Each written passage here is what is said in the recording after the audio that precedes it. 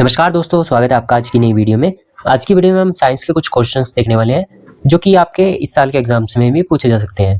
तो वीडियो को शुरू से लेकर एंड तक जरूर देखिएगा और हो सके तो चैनल को सब्सक्राइब जरूर कीजिएगा। तो चलिए शुरू करते हैं आज की वीडियो। तो हमारा पहला क्वेश्चन है, what is the physical basis of life? जीवन का भौतिक आधार क्या कहलाता है? The correct answer is D, protoplasm. Protoplasm is the living substance present inside the cell. All life processes such as respiration, metabolism, and growth occur in it. Hence, it is called the physical basis of life. Without protoplasm, a cell cannot survive. Protoplasm कोशिका के अंदर पाए जाने वाला जीवित पदार्थ है। सभी जीवन क्रियाएं जैसे श्वसन, पोषण और वृद्धि इसमें ही होती है, इसलिए इसे जीवन का भौतिक आधार कहा जाता है। दूसरा क्वेश्चन है, which instrument is used to measure sound under water? पानी के अंदर ध्वनि मापने के लिए कौन सा यंत्र प्रयोग होता है?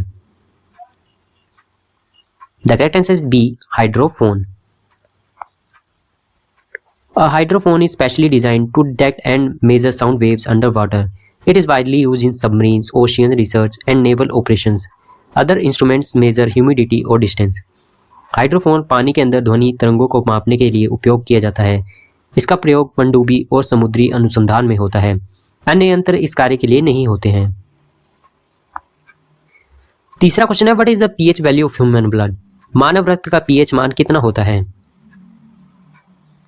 The correct answer C, 7.4। Human blood is slightly alkaline in nature.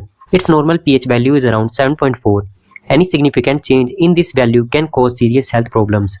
मानव रक्त हल्का क्षारीय होता है। इसका सामान्य पीएच मान 7.4 होता है। पीएच में अधिक परिवर्तन होने पर स्वास्थ्य पर गंभीर प्रभाव पड़ता है। Fourth question is, what is the average weight of human brain? मानव मस्तिष्क का औसत भार कितना होता है? The correct answer is B, 1424 gram. The average weight of an adult human brain is about 1400 grams. It controls all activities, thoughts and memories. Despite its small size, it consumes a lot of energy. एक वयस्क मानव मस्तिष्क का औसत वजन 1400 ग्राम होता है। इस शरीर की सभी क्रियाओं को नियंत्रित करता है। आकार में छोटा होते हुए भी यह बहुत ऊर्जा खर्च करता है। Fifth question is, the process by which milk is converted into curd is called?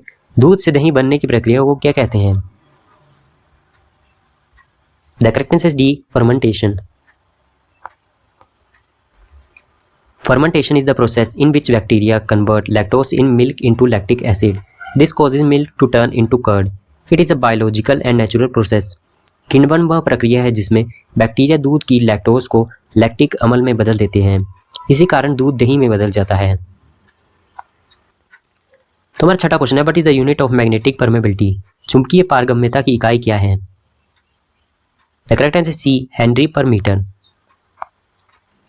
Magnetic permeability measures how easily a material allows magnetic lines of force. Its SI unit is Henry per meter. It plays an important role in electromagnetism. चुंबकीय पारगम्यता यह बताती है कि कोई पदार्थ चुंबकीय बल रेखाओं को कितनी आसानी से गुजरने देती है। इसकी SI इकाई हेनरी प्रति मीटर है। Seventh question is, myopia is disease related to which organ? Myopia किस अंग से संबंधित रोग है? The correct answer is D, eyes. Myopia is also known as near sightedness. In this condition a person can see near objects clearly but distant objects appear blurred. It is corrected using concave lenses. Myopia को निकट दृष्टि दोष भी कहते हैं। इसमें पास की वस्तुएं साफ दिखाई देती हैं लेकिन दूर की धुंधली। तो हमारा आठवां क्वेश्चन है, which is the largest gland of human body? शरीर की सबसे बड़ी ग्रंथि कौन सी है? The correct answer C, thyroid gland. The thyroid gland is the largest endocrine gland in the human body. It controls metabolism, growth and energy levels. It is located in the neck region. Thyroid ग्रंथि शरीर की सबसे बड़ी अंतःस्रावी ग्रंथि है। यह चयापचय और ऊर्जा को नियंत्रित करती है। यह गर्दन में स्थित होती है। Ninth question is, which gland is known as the master gland? Master ग्रंथि किसे कहा जाता है? The correct answer is D, pituitary gland. The pituitary glands controls the secretion of other endocrine glands. Due to this controlling function, it is called the master gland. It plays a vital role in growth. Pituitary ग्रंथि अन्य ग्रंथियों के स्राव को नियंत्रित करती है। इसी कारण इसे मास्टर ग्रंथि कहा जाता है। यह वृद्धि में महत्वपूर्ण भूमिका निभाती है। 10th question is deficiency of iodine causes which disease. Iodine की कमी से कौन सा रोग होता है? The correct answer is D, goitre. Iodine deficiency causes enlargement of the thyroid gland, known as goiter. Iodine is essential for making thyroid hormones.